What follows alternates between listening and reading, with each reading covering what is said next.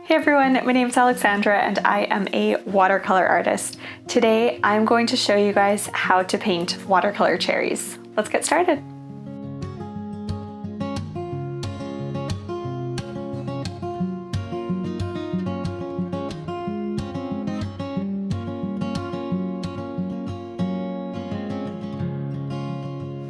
For supplies today, I have 2 cups of water, 1 for clean, 1 for dirty water, a napkin for drying my paintbrushes. For paintbrushes, I'm using Princeton round sizes 8 and 0. Paper, I have 140 pound cold press watercolor paper. And lastly, for paint, I'm using Philosophy and Co terrain watercolor palette. To start us off, we're going to prep our page by doing a super simple sketch of the cherries that we're going to be drawing. I didn't mention it in the supplies portion of this video, but if you guys have a pencil, grab it. If not, pause this video and go grab yourself a pencil and we will get started. So I'm going to be painting a little cluster of 2 cherries. To start off, I want to draw them out on my paper. So I'm going to be drawing 2 circles. I might stagger them a little bit so they kind of look like they're hanging. I'm doing it really, really loose. And then I want to draw the stems coming up. I have a little bit of a curve. If it's easier for you guys to look at a photo of cherries, then feel free to do that. So for my circles, where the line meets the actual shape, I want to sort of do a little bit of a bump out on either side. It's going to be a little tricky to see on the video, but as soon as we start painting it in, you guys will see exactly what I'm talking about. So one of the things when you are drawing on your paper before you paint is you want to make sure that your pencil lines are really light. So I actually like to go over them after with my eraser and give them a little bit of erase so they're almost fully gone, but I can still see the shape that I had drawn initially. Okay, so now that we have our shapes drawn, we are going to use a lot of layering for this painting, as well as color mixing and using a wet on wet technique to really get the color that we want and the shading that we want. First thing that I need to think about is where my light source is coming from. So for my painting specifically, I'm just gonna decide that it's gonna come sort of from this top right side here and come down towards my cherries.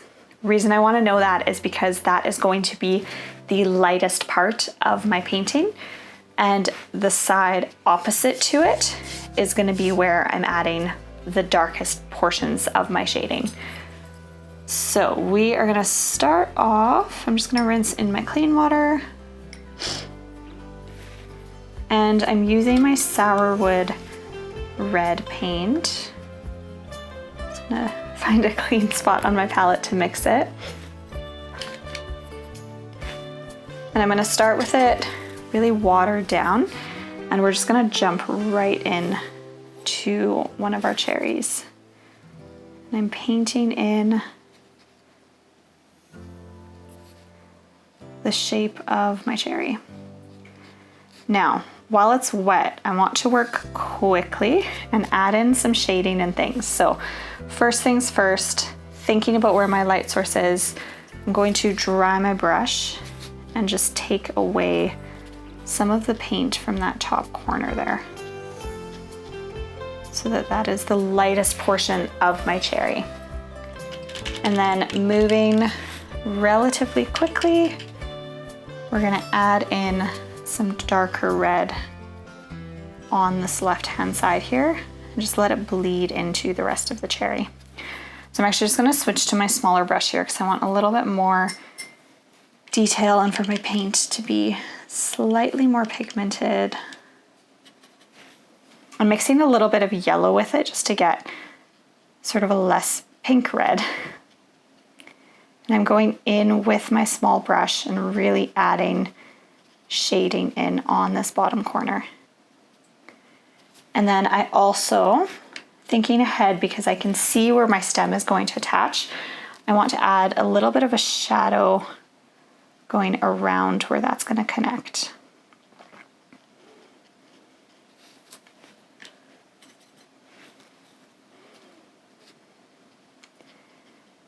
Now, if I really want to make it look like it's shadowed on the left side, I don't completely want to use just red. I'm going to add in a tiny bit of blue paint. Now I know you're probably thinking blue and red aren't gonna mix great. Oh, sorry, I had green mixed on there. I gotta clean it off a bit. But the idea is that it's almost gonna create a black color with the paint to really look like the shadow there. And I'm just gonna use my brush, dry it off, and blend it in a little bit more.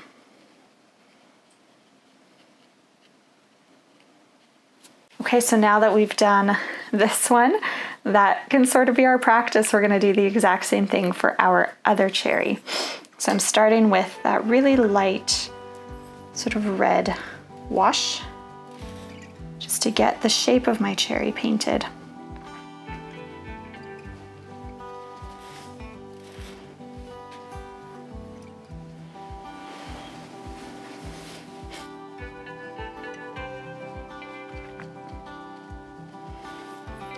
I live in the Okanagan, so one of the things that we always look forward to in the spring is getting nice fresh cherries, which I thought would be very fitting for painting this tutorial. Okay, so now that I have the shape done, I'm jumping right in with my darker red. And I didn't have this one quite as wet, so I can add a little bit more water if I feel that I need to. Focusing on putting it on that bottom left side. I can even carry it up a little bit, but I'm making sure that I'm leaving this top corner the lightest. And as I did with my other one, we're gonna add a little bit of orange into it just to give it more of a natural color.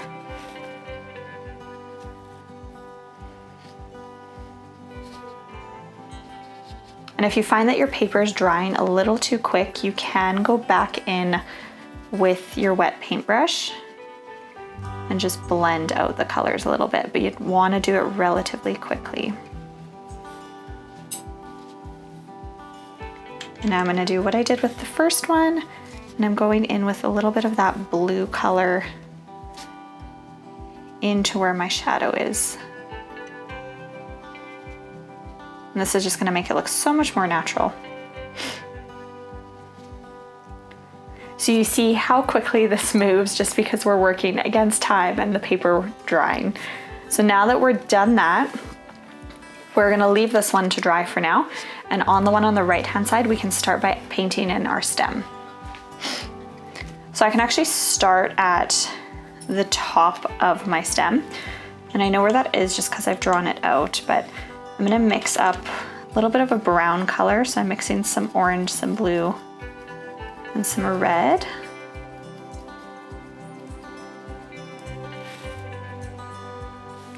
And starting at the top of my stem here,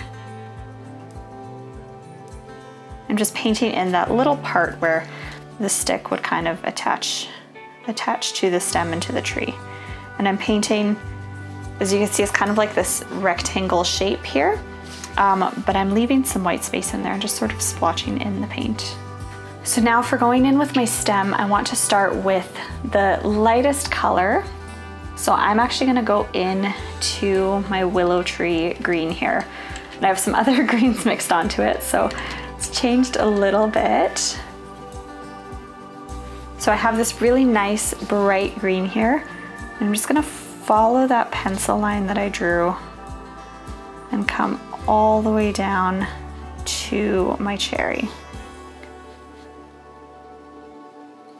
All right, and as I've been painting this, my other side has started to dry.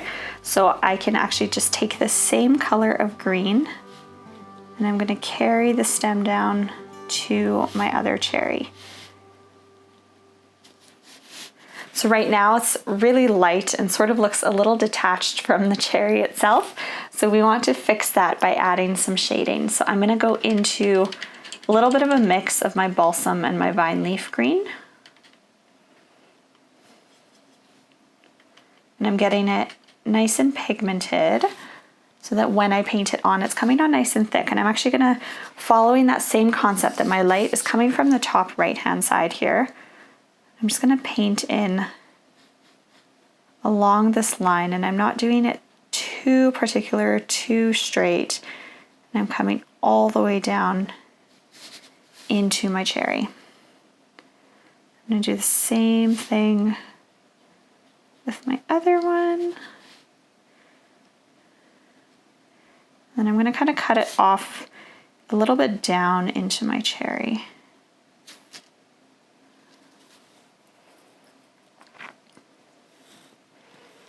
And once I've done that, we're actually gonna go over with a little bit of brown as well. And I have it watered down. I'm going over it with a super light layer. And we're bringing that color all the way down, focusing a little bit more on that left-hand side of the cherry. And then I'm gonna take that same color and just sort of cluster it along the bottom here. Just carry it up throughout. Okay, so now that we've finished adding those layers, I can go in with my wet paintbrush and just blend it out a touch into the stem so it looks a little bit smoother, a little bit more cohesive. And now we want to continue to add some more detail to our actual cherry just to make it look like it stands out a bit more and a little bit more that the stem is actually fitting where it's supposed to be. So to do that, I am going to use a bit of a glazing technique. So I'm layering on top of what I've already painted with more color. So mixing a little bit of my red and my orange here. Using my small brush, I want to paint across this top portion here. And I just want to paint sort of a circle around, and then I'm pulling the color out because I want to show that the stem is sort of inset in my cherry. So going over top with my red, I'm fading the color out, and now I'm going to take a combination of sort of this brown color that I made and red paint, and I just want to fill in this inside so that it's a lot more shaded.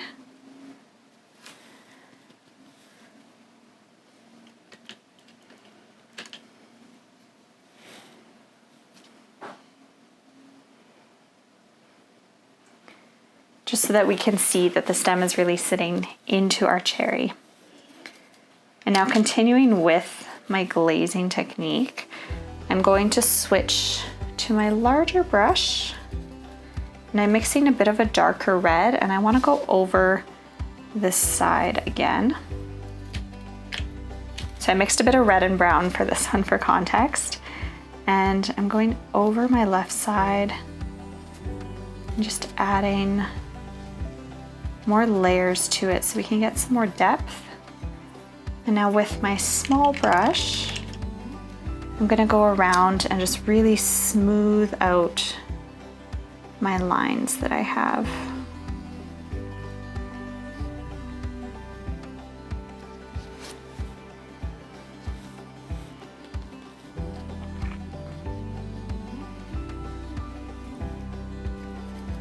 So now exact same thing with my other cherry. I sort of made them different sizes as I was going. So I'm gonna make this one a little bit bigger, smoothing out those lines, mixing my color in.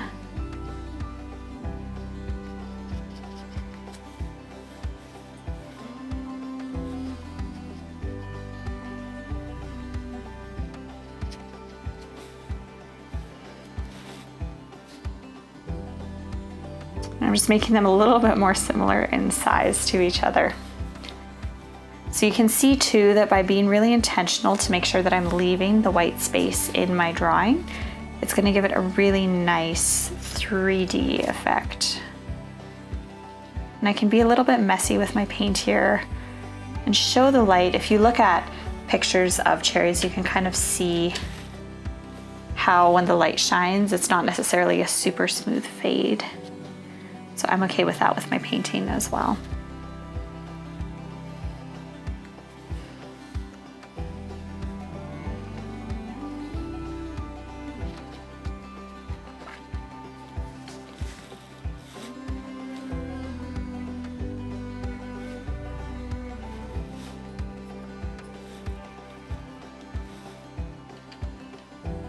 I'm just gonna carry that green stem down into cherry a little bit more.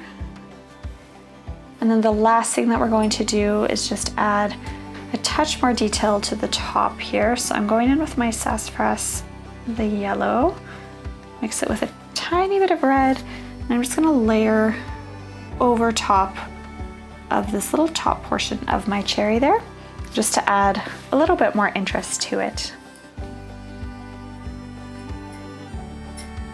And that is all we have for our realistic looking cherries. I hope that you guys enjoyed this video. If you followed along, make sure to take a picture of it, tag me on Instagram at Alexandra Victoria Studio. I love to see what you guys are painting. Also, if there's a specific fruit that you guys want to paint next, leave a comment below, let me know. And lastly, if you haven't yet, make sure to hit the like button and subscribe to this channel. We'll see you next time.